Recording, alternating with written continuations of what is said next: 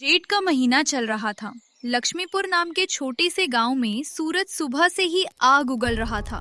दोपहर चढ़ते ही गलियां सूनी पड़ जाती और लोग अपने अपने घरों में दुबक जाते। उसी गांव के किनारे बने एक छोटे से कच्चे घर में निर्मला अपने बूढ़े बाबूजी शंकरलाल के साथ बड़ी मुश्किल से गुजारा कर रही थी। निर्मला गांव के बीचों बीच खड़े पुराने बरगद के पेड़ के नीचे अपना छोटा सा चाय का ठेला लगाती थी। सुबह की पहली किरण फूटते ही वो चूल्हा सुलगा देती और अदरक इलायची वाली चाय की खुशबू पूरे आसपास फैल जाती। खेत जाने वाले किसान हो, मजदूर हो या राहगीर, हर कोई उसकी दुकान पर रुककर चाय की एक कुल्हड़ जरूर पीता था। गांव वाले कहते थे, निर्मला बिटिया के हाथ की चाय में न जाने कैसा स्वाद है, एक बार पी लो तो बार बार आने का मन करता है।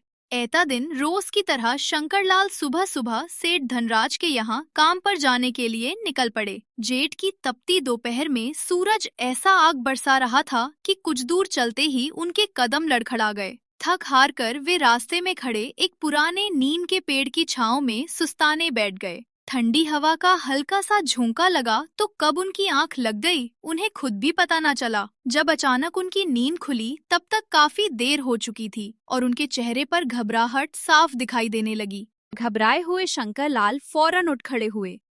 माथे का पसीना पोंछते हुए वे जितनी तेजी से हो सकता था सेठ धनराज के गोदाम की ओर चल पड़े।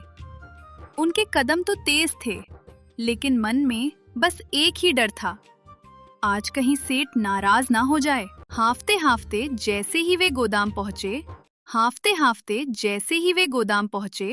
सामने सेठ धनराज पहले से ही गुस्से में उनका इंतजार करता दिखाई दिया। काहे रे शंकरलाल, आज आने में इतनी देर कैसे हो गई?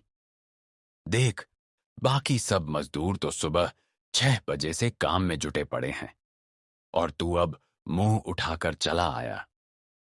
लगता है अब तुझे इस काम की कोई परवाह ही नहीं रही। माफ कर दीजिए सेठ जी, आज तो मैं रोज से भी पहले घर से निकला था, लेकिन ये जेठ की तपती धूप मुझसे चला ही नहीं गया। रास्ते में एक पेड़ की छाप दिखी तो 2 घड़ी सुस्ताने बैठ गया। पता ही नहीं चला कब आंख लग गई। अब की बार गलती हो गई सेठ जी, आगे से ऐसी भूल कभी नहीं होगी।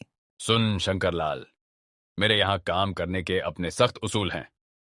मुझे बहानेबाजी बिल्कुल पसंद नहीं। आज तो तेरी बरसों की मेहनत देखकर छोड़ रहा हूं, लेकिन कान खोलकर सुन ले, अगर आगे से एक बार भी देर हुई या कोई लापरवाही दिखी तो उसी वक्त काम से निकाल दूंगा, समझा? ये मेरी आखिरी चेतावनी है। सेठ जी, अब ऐसी गलती दोबारा कभी नहीं होगी। आपकी हर बात गांठ बांध कर रखूंगा।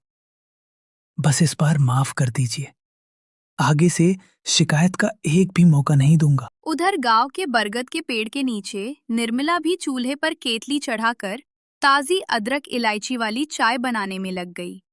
थोड़ी ही देर में उसकी चाय की खुशबू पूरे चौक में फैलने लगी और एक एक करके ग्राहक उसके ठेले पर आने लगे।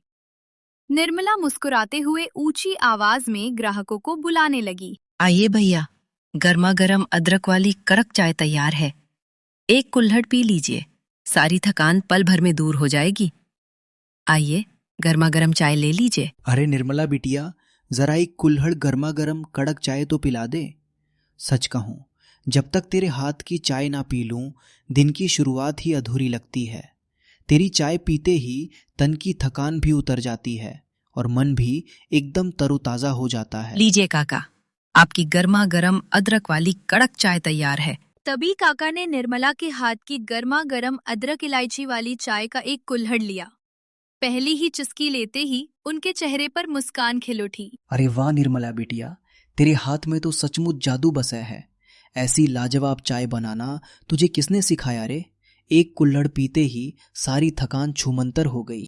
काका, ये चाय बनाना तो मेरी अम्मा ने सिखाया था, लेकिन अब वो इस दुनिया में नहीं रही। बस उनकी सिखाई हुई यही कला आज हमारे घर का चूल्हा जला रही है। इतने में एक एक करके और भी गांव वाले निर्मला के ठेले पर जुटने लगे। कोई खेत जाने से पहले चाय पी रहा था, तो कोई काम पर निकलने से पहले कुल्हड़ हाथ में लिए खड़ा था। निर्मला भी फुर्ती से चूल्हे पर केतली चढ़ाकर एक के बाद एक गर्मा गर्म कड़क चाय बनाती जा रही थी। देखते ही देखते उसके छोटे से ठेले पर अच्छी खासी रौनक लग गई।